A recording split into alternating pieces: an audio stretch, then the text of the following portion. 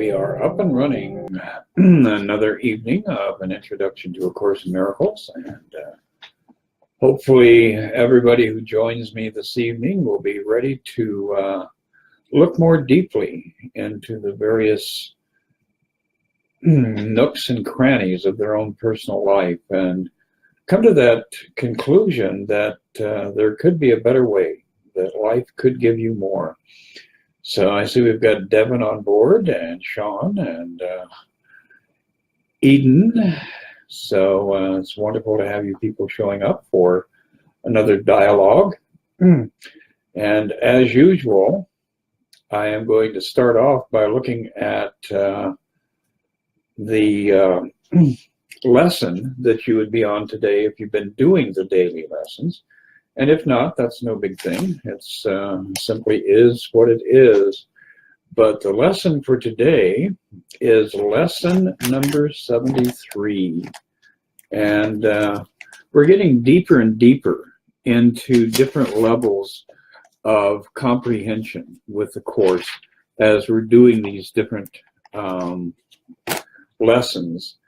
And one of the things I like about the lesson for today, if you were following along with your daily lessons, is that it, again, it's very empowering. You know, the thing I love about the Course is that if we identify with our ego, we're identifying with separation, aloneness, and individuality. And while individuality can have certain enhanced experiences for us, nonetheless, it is a stage of separation. So we have to be very lucid about that idea of not being intimately connected with God at all times. And that really is what the Course is helping us to attain, is that background awareness in the back of our mind that wherever we go, whatever we do, every place that we encounter, every situation we encounter, every individual we encounter, it is all God. And the illusion of this world is like a veil that has been cast over that idea of God that helps us to climb back up to our natural position in the whole grand scheme of creation, because we are the central theme in creation. You know, God wasn't like a Ford manufacturing plant. He didn't start up an assembly line and put together all these random parts and all these random circumstances and situations. He created one perfect expression of himself, and that is what we refer to as the Son. That is who we are. So within that concept, the recognition of your very, very intimate relationship with God is one of the greatest achievements that you can gain by doing the Course and by reading the Course. The other thing is it is very, very, very empowering. You know, as an ego, we're vulnerable to everything that comes down the pike. We are constantly under duress. You know, if it's not economic, it's health. If it's not health, it's relationships. I mean, there's always a disaster that is building somewhere around us the more we are attached to our ego. As soon as we start to think in terms of I am the Christ, I am the expression of God, I am God within God, all of a sudden there is this amazing transformation that goes on within your life. And suddenly it becomes easier. Suddenly the challenges begin to diminish. And you learn how to detach from those fear images that cause you to go into panic mode, that cause you to put up your defenses, that cause you to stumble, basically, and fall into that pit that the ego has created for you. So with the lesson today, it's another very powerful step in recognizing your invulnerability.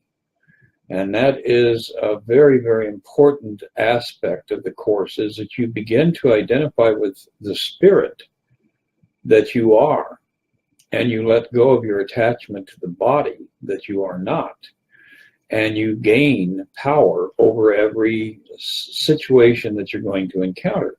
You know, you become like Daniel in the lion's den. All of a sudden, the lions are standing there looking at you thinking, looks like pork chop for dinner just showed up. And Daniel had that awareness within his consciousness that he was not separate from God. And all of a sudden, the lions started to embrace Daniel as a friend, and as they recognized the essence of life that was in Daniel, that was in them. So everything we encounter, everyone we encounter, it's simply a matter of recognition. Once we recognize ourself within the other, and recognize ourself within the circumstances, that gives us power over it. It's, you know, Jesus was one of his most powerful experiences that he shared was when they were out on the Sea of Galilee, and a storm came up, and Jesus was sleeping through it. He was oblivious. The apostles woke him up, and he made that very powerful statement, "Peace, be still," and the waves ceased. And we do have that capacity. We do have that power as an option available to us. So looking at the lesson number 73, it's a very profound statement in that the simplicity of it, because it once again gives us that awareness that our will is a powerful, powerful tool.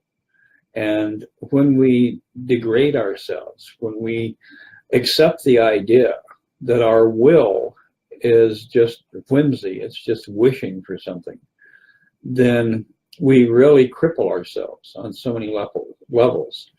So this starts out with, "I will there be light." And as soon as you start to look into that idea of willingness, willing something into being, then you're beginning to contemplate the possibility that you have a power that you haven't been using. And this is, you know, a huge step in the right direction. So going along with the first paragraph here, it says, "Today we are considering the will you share with God." So your will and God's will are one and the same. Now your ego's will is something entirely different. Your ego is always wanting to get laid or get rich or get this or get that, and it never runs out of wants and needs and desires. But your will, the truth of who you are, is one with God's will. A previous lesson gave us that idea of God's will for me is happiness. So why am I sad? Why am I miserable? Why am I unhappy? Perhaps it's because you're embracing your ego's will instead of allowing your will to become the central theme in your life. This is not the same as the ego's idle wishes, out of which darkness and nothingness arise. The will you share with God has all the power of creation in it. The ego's idle wishes are unshared. So again, it keeps us back on track rhetorically here with the idea that we are never separate, not only from God, but from all of creation, all of our brothers and sisters. And therefore have no power at all.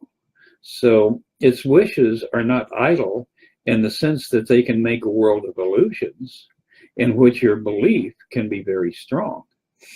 But they are idle indeed in terms of creation. They make nothing that is real. And really, when you stop and think about it, you know, if you are aligning yourself with the will of the ego, you can create circumstances that your ego is demanding or desiring. You can manifest things. You can manifest money, you can manifest automobiles, you can manifest relationships, but they are ephemeral. They are transient. They don't stick around. God's will is going to create a condition that is eternal and perfect. And this is where we're at with that idea for today, the light. In order to see what is truth, we have to have the light that we step into. Idle wishes and grievances are partners or co-makers in picturing the world you see.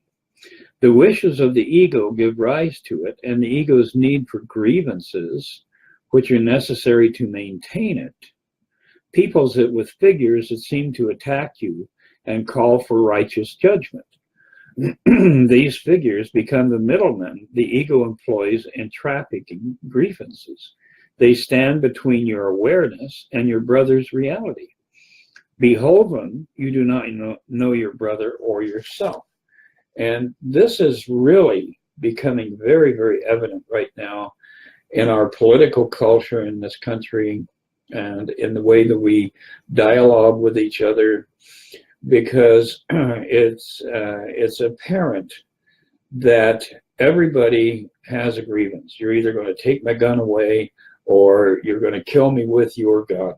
You know, we've got all of this stuff going on that captures our attention and distracts us from doing the inner work that is so very necessary for us to step into our invulnerable true identity. So the ego is us making decisions and judging. You know, there's a judgment against this guy and a judgment against that person, and it's an ongoing process, and it's very subtle. We get to the point where we're immune to the fact that we are constantly passing judgment. Oh, this is a wonderful person. I'm so glad I met you. Oh, this is a nasty person. Go away. Get away from me. See, all of these different, very subtle responses we have to the world around us reinforces the dysfunction of the world that we're trying to survive in. So it's very, very important to look at how you are judging situations and individuals. And as soon as you realize that either judgment, a judgment of this is good or a judgment of this is bad, is going to immediately create the opposite in your world of experiences. So we have to arrive at a point of neutrality to become the observer in our world and not the one who is creating this dysfunction by constantly passing judgment on things around us. Goes on to say, your will is lost to you in the strange bartering in which guilt is traded back and forth and grievances increase with each exchange. Can such a world have been created by the will the Son of God shares with his Father? Did God create disaster for his Son? Creation is the will of both together. Would God create a world that kills himself? See, and that's what this world is. It's an attack on God. And at first, you know, you're thinking, oh, it's an attack on God. God's over there and this world's trying to attack God. But as you get deeper and deeper into the different stages of self-awareness, it eventually becomes glaringly obvious that you are God in expression. So if you are God, then you are the one being attacked by the world you are creating. And that sounds completely insane, and it is completely insane. But unfortunately, that's the world that we have been empowering. We have been giving all of our belief and all of our faith and all of our expectation to that world. And that world is an ongoing attack on the perfection of God within God. In other words, you. You know, and when you step away from that idea that you are an expression of God, then you really put a chasm between yourself and truth and peace and harmony and a life that is more fulfilled. You know, one of my favorite things about this idea of God being you, being me, is that the ego grabs it so fast and wants to run with it. Oh, I'm God. Look at me, yada, yada, yada. But I have created my own little internal stimulant or an internal dialogue to counteract that. So I constantly give myself that prompt that I am not God, but God is expressing itself as me. And when you turn it around that way, when you start to think of it that way, then you are letting go of the will of the ego and embracing the will of God and stepping into the truth of who you actually are. It's a very subtle thing, and a lot of people don't get it for a while. But eventually, all of us are going to reclaim that position that we seemingly abandoned in the world of God, in the mind of God, in the being, the existence of God, because that's where we always have been. We never left that realm. We just had this mad dream of having left that realm. And so far, it's not working out that well for us. So today, pardon me there, it says, your picture of the world can only mirror what is within. So if you're looking out at the world around you, and you're seeing disharmony, discord, disruption, unhappiness, fear, grievances, all of these things that seem to propel this world, then that is an interior process going on. That is happening within your mind. And you have to be willing to take ownership of that. You know, it's not an exterior force that you are the victim of. All of this is a reflection of your own interior sense of self. And we have to be willing to step away from that idea of, I am a victim of the world that I am surviving in or trying to survive in. The source of neither light nor darkness can be found without. So the light that you are willing into existence exists within you already. You just have to will it into manifestation in your own personal experience of life. Grievances darken your mind, and you look out on a darkened world. Forgiveness lifts the darkness, reasserts your will, and lets you look upon a world of light. That's a magnificent image, really. You know, we've got things going on in Syria. We've got things going on in high schools around the country. We've got, I don't know, 2 or 3 instances today alone of these horrific events going on around us. And really, it's our own internal struggle with the ego that is generating this experience. So the more you're willing to let go of the ego, the more it has a domino effect, and that it heals the entire world. So you are not an insignificant player on the board.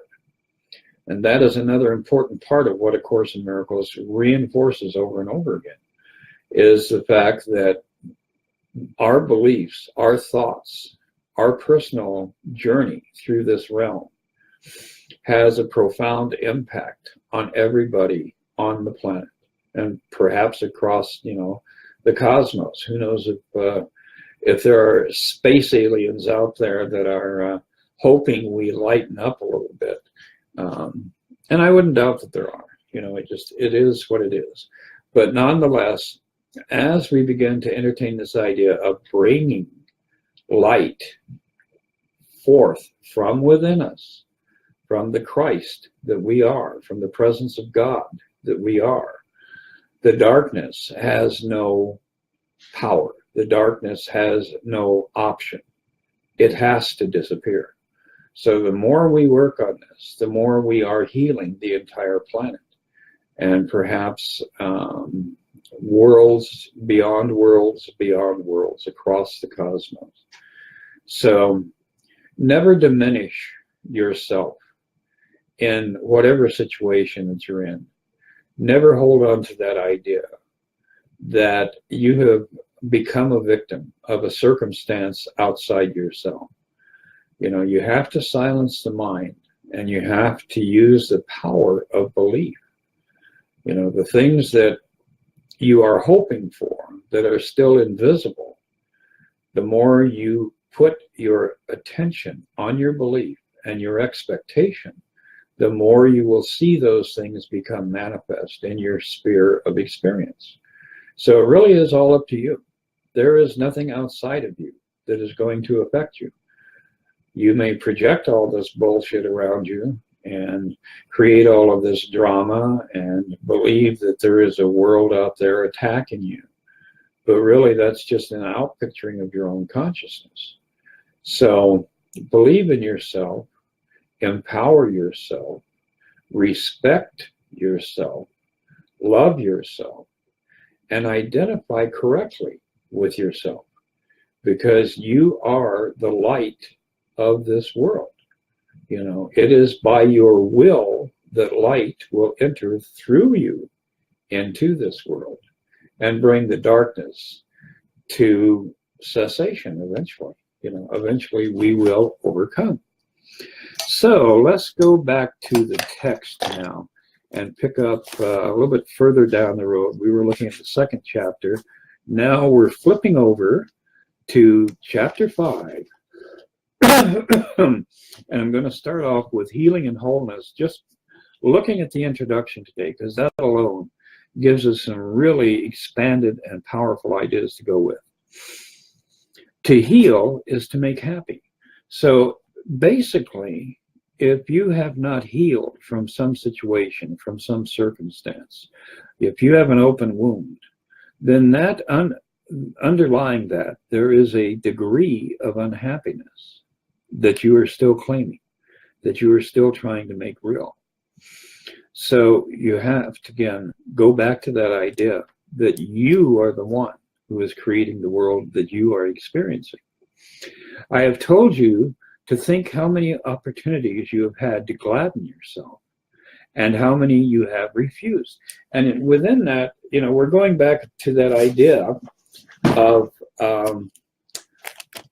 forgiveness. Because every time you hold on to a grudge, every time you attack a brother or a sister, every time you are offended by those around you, every time you want revenge, every time that you believe that you have been maligned by the world and you're unwilling to forgive, then you are entrenching yourself in this unconscious but very powerful idea about what your life is and what it consists of.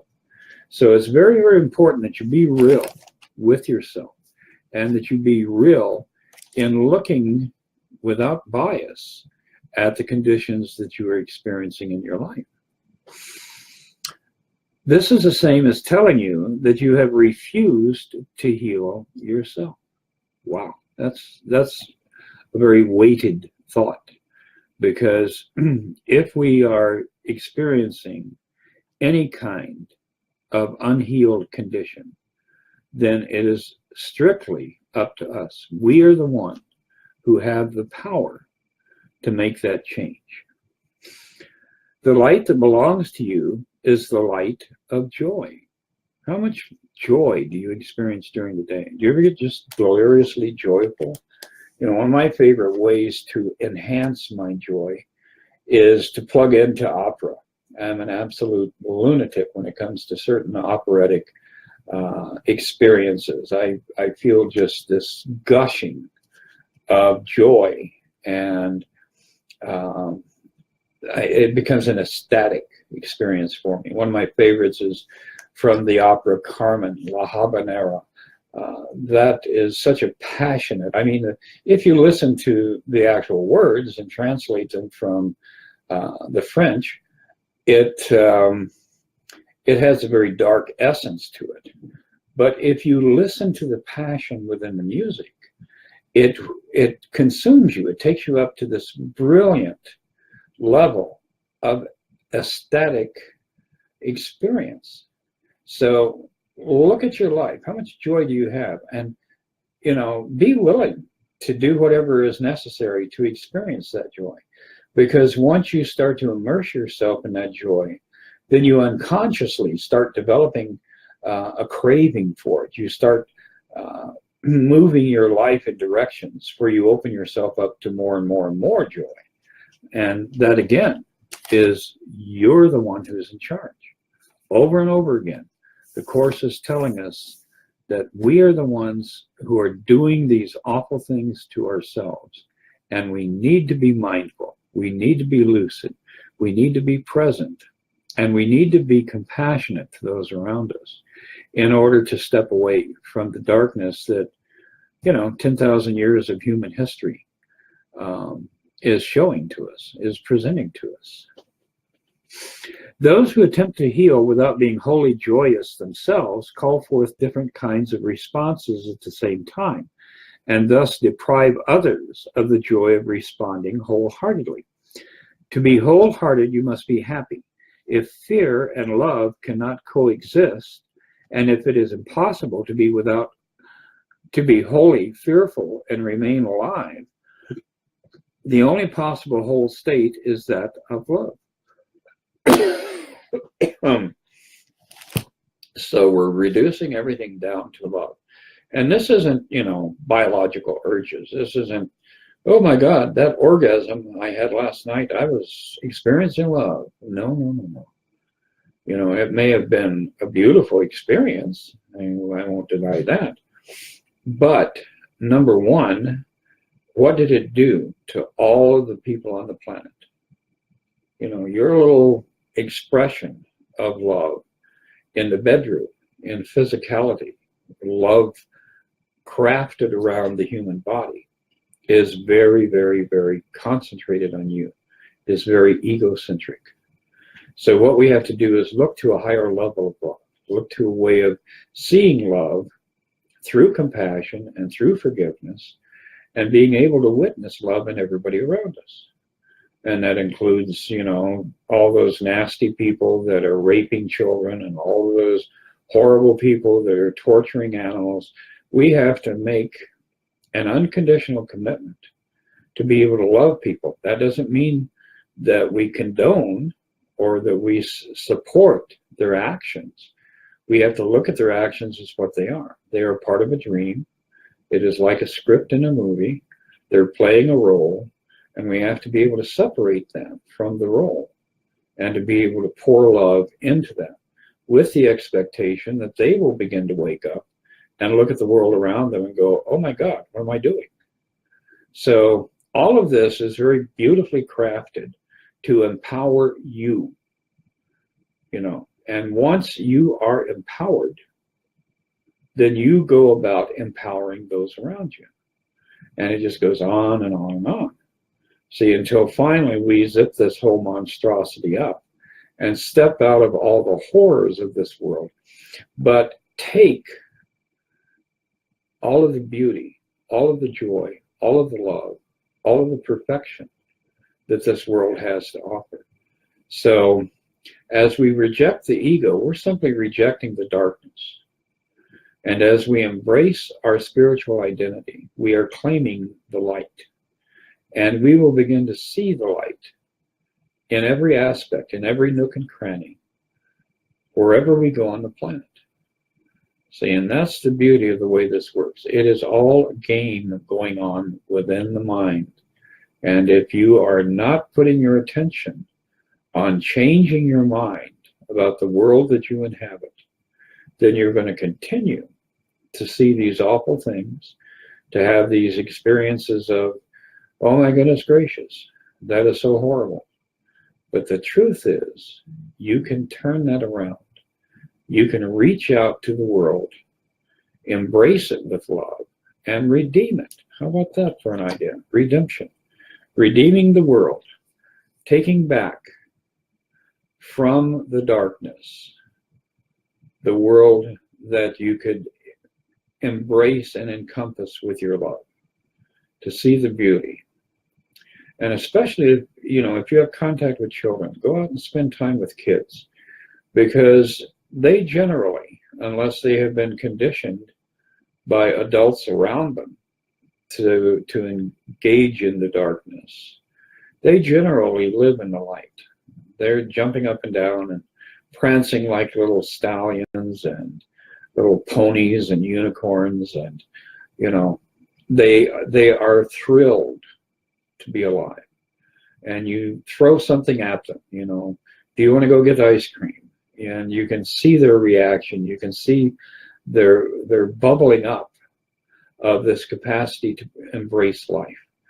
So what the hell is wrong with you? Why don't you bubble up as you embrace life each day? And it doesn't have to be contingent on getting ice cream. It's contingent upon seeing the truth around you and stepping out of that ego, embracing the God within you. So we'll wind it down for tonight. Next week we'll have another dialogue about the Course, and hopefully this coming week will be a lighter, brighter week that you're stepping into. And I would mention that my website, www.themiraclewithin.org, has got a lot of Course in Miracles information and some of the other videos I'm doing. So do drop in, check it out. We do have some things that I've still got to post about upcoming events. We've got things going on around the area. And just relax. Just relax. It's not a struggle. You're not trying to achieve something here. As a matter of fact, you're learning how to relax so that God can fulfill itself through you. It's not a mountain that you're trying to climb. It is not an endeavor that demands your constant strain and struggle. So get out there, share the love, pass the love around, and we will reconvene in 1 week. And I hope this week for you is exceptionally rewarding and fulfilling.